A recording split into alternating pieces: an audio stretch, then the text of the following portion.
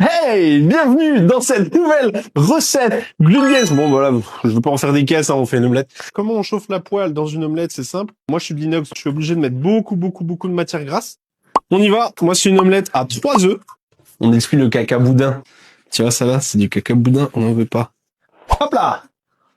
Moi, je parle bien d'une omelette, une vraie, hein. L'omelette qui se suffit à elle-même, l'omelette où on n'a pas besoin de mettre autre chose que des œufs dedans. Est-ce que ma poêle est assez chaude? Eh bien, en fait, oui.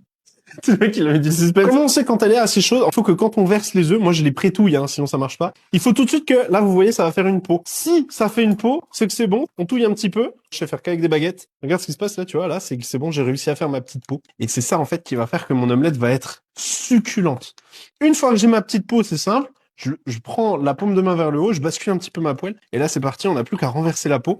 Hop, et là regarde ça Pauline. On ferme bien l'omelette, on n'hésite pas. Et hop, et voilà. Et là, j'ai une bonne omelette. Et là, tu vois, elle est toute baveuse à l'intérieur. Et là, celle-là, elle est succulente.